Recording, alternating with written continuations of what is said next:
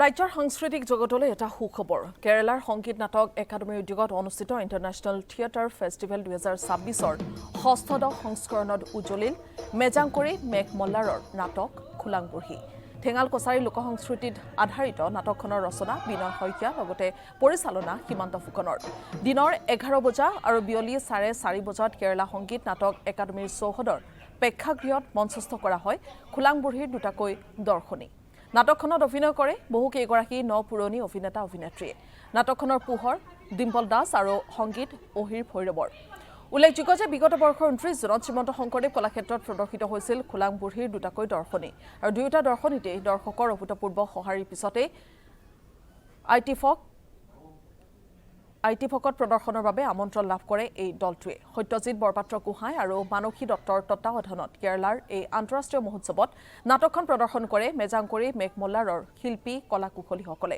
উল্লেখযোগ্য যে 16টা বছৰত আইটিফকত নাট প্ৰদৰ্শনৰ বাবে আমন্ত্ৰণ লাভ কৰা অসমৰ তৃতীয়টো নাট্যদল হৈছে মেজাংকৰি মেঘমল্লাৰ সমগ্ৰ দক্ষিণ এছিয়াৰ ভিতৰতে অন্যতম বৃহৎ থিয়েটাৰ মহোৎসৱ হিচাপে পৰিগণিত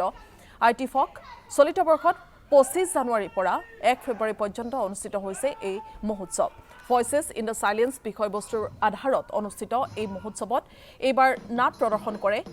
ডেনমাৰ্ক স্লোভাকিয়া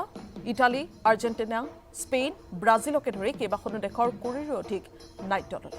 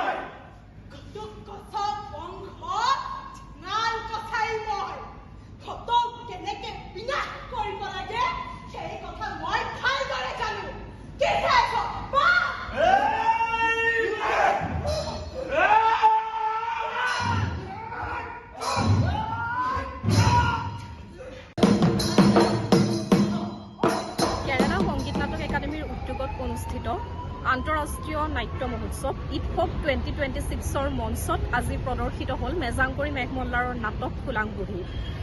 দুটাকৈ দৰ্শনী আজি আমি নাটকখনৰ মঞ্চস্থ কৰিলোঁ দিনৰ 11 বজাত আৰু বিয়লি 4:30 বজাত দুটা দৰ্শনীতে দেশী বিদেশী 12 শতাধিক দৰ্শকে আমাৰ নাটকখন উপভোগ কৰিলে আৰু তেওঁলোকৰ সঁহাৰিয়ে আমাৰ আচলতে দলটোৰ প্ৰতিগৰাকী সদস্যক উৎফুল্লিত কৰি তুলিছে হ'ল কেৰালা সদায় য'ত মালায়ালম শুনি থাকোঁ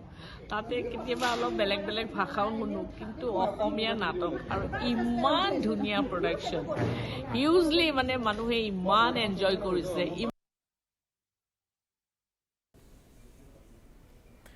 বাতৰিত এতিয়া সময় হৈছে খন্তেক বিৰতিৰ